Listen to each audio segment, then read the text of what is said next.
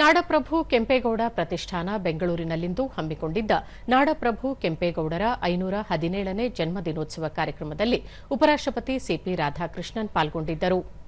ಈ ವೇಳೆ ರಾಜ್ಯಪಾಲ ಥಾವರ್ಚಂದ್ ಗೆಹ್ಲೋಟ್, ಕೇಂದ್ರ ಸಚಿವರಾದ ಎಚ್ಡಿ ಕುಮಾರಸ್ವಾಮಿ, ವಿ ಸೋಮಣ್ಣ, ವಿಧಾನಸಭೆ ವಿರೋಧ ಪಕ್ಷದ ನಾಯಕ ಆರ್ ಅಶೋಕ, ಪಕ್ಷದ ಹಿರಿಯ ಶಾಸಕ ಡಾ ಸಿಎನ್ ಅಶ್ವತ್ಥನಾರಾಯಣ್, ಆದಿಚುಂಚನಗಿರಿ ಮಠಾಧ್ಯಕ್ಷ ಡಾ ನಿರ್ಮಲಾನಂದನಾಥ ಸ್ವಾಮೀಜಿ, ಮಾದಾರ ಚೆನ್ನಯ್ಯ ಮಠದ ಬಸವ ಮೃತ್ಯುಂಜಯ ಮಾದಾರ ಚೆನ್ನಯ್ಯ ಸೇರಿದಂತೆ ಹಲವರು ಉಪಸ್ಥಿತರಿದ್ದರು.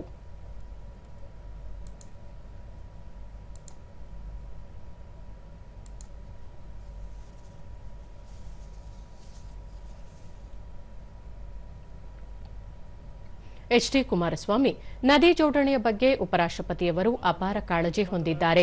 ಬೆಂಗಳೂರು ದಿನೇ ದಿನೇ ವ್ಯಾಪಕವಾಗಿ ಬೆಳೆಯುತ್ತಿದ್ದು, ಕುಡಿಯುವ ನೀರಿನ ಸಮಸ್ಯೆ ಎದುರಾಗುವ ಸಾಧ್ಯತೆ ಇದೆ.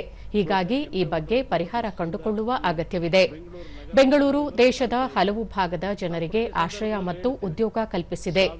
ನೀರಿನ ಸಮಸ್ಯೆಯ ಹಿನ್ನೆಲೆಯಲ್ಲಿ ರಾಜ್ಯದ ಪರವಾಗಿ ಧ್ವನಿ ಎತ್ತಬೇಕು ಎಂದು ಉಪರಾಷ್ಟಪತಿಯವರಿಗೆ ಮನವಿ ಮಾಡಿದರು. ಬಹುಶಃ ಅವರು ಕಟ್ಟಿದಂತ ಕೆರೆಗಳನ್ನ ನಾವು ಉಳಿಸ್ಕೊಂಡ್ ಬಂದಿದ್ರೆ, ಬೆಂಗಳೂರು ನಗರದ ಅಭಿವೃದ್ಧಿ ಅಂತಕ್ಕಂಥ ಹೆಸರಿನಲ್ಲಿ ಹಲವಾರು ಕೆರೆಗಳನ್ನ ನಾವು ಮುಚ್ಚಾಕಿದ್ದೇವೆ. ಅವರು ಕಟ್ಟಿದಂತ ಕೆರೆಗಳನ್ನು ಉಳಿಸಿದರೆ ಇವತ್ತು ಬೆಂಗಳೂರು ನಗರಕ್ಕೆ ನೀರಿನ ಕೊರತೆಯನ್ನು ನೀಗಿಸಲಿಕ್ಕೆ ಸಾಧ್ಯ ಆಯಿತು. ಇದಕ್ಕೂ ಮುನ್ನ ವಿಮಾನ ನಿಲ್ದಾಣದಲ್ಲಿ ಉಪರಾಷ್ಟಪತಿ ಸಿಪಿ ರಾಧಾಕೃಷ್ಣನ್ ಅವರನ್ನು ರಾಜ್ಯಪಾಲ ಥಾವರ್ಚಂದ್ ಗೆಹ್ಲೋಟ್ ಹಾಗೂ ಆರೋಗ್ಯ ಮತ್ತು ಕುಟುಂಬ ಕಲ್ಯಾಣ ಸಚಿವ ಯುಟಿ ಖಾದರ್ ಬರಮಾಡಿಕೊಂಡರು.